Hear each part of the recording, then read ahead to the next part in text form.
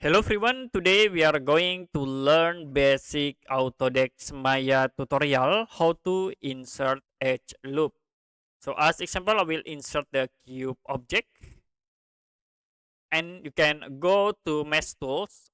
We can use the insert edge loop. You can click and then click on the edge, hold. You can move to insert the edge loop. Okay, I will click again at this edge, hold, and then you can move to insert. You also can change for the number of loops. You can go back into mesh tools and then click the icon here to be sure for the tool settings. So you can use the multiple edge loop to change. Like I will set number into 3, and if you click on the edge, it be show for the 3 edge loop in the line. Okay, I will click again at this point to be show the 3 edge loop. Okay, that's it for a basic Autodesk Maya tutorial how to insert edge loop.